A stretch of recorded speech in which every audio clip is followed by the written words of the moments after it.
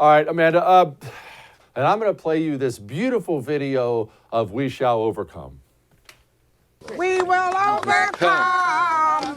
We will overcome. We will overcome someday.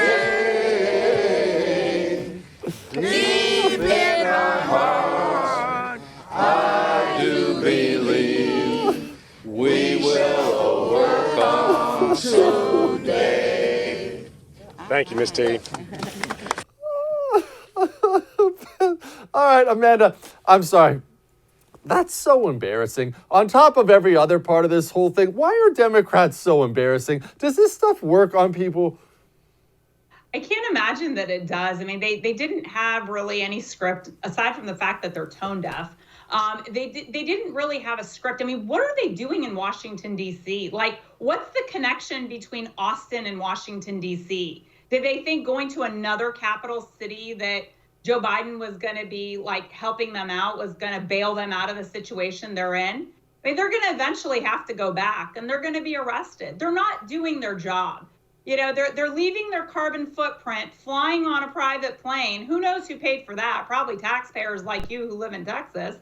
And what is the point of all of this? Go do your job. What a way to set an example. Go do your job.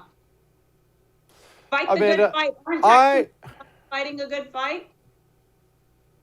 Yeah, no, look, I obviously am very hard on Republicans. I'm hard on Democrats. I'm a hardcore partisan. I make no bones about that. But the last thing in the world I want is to ever see anybody getting hurt.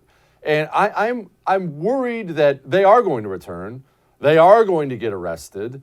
Everyone's going to freak out as if this is some dangerous Republican escalation. I'm worried where stuff like this leads. I realize this is just some stupid showmanship thing right now. But when you set yourself up to guarantee your arrest when you get home, that's a provocation, and I'm worried how that ends, especially in this environment.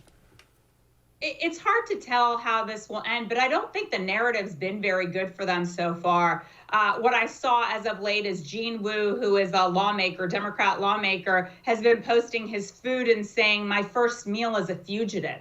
They're really being too cute by a half. This isn't a joke. This is very serious. There are a lot of Americans, by the way, 75% of Republicans, 40% of independents that believe the elections were stolen in January. Now, wherever you fall on that spectrum, you probably want free and fair elections, because guess what's happening in countries where there aren't free and fair elections, like Cuba and Iran? The people are revolting. So you probably want those things. And look what the Democrats do. They leave, they flock. They won't fight the good fight.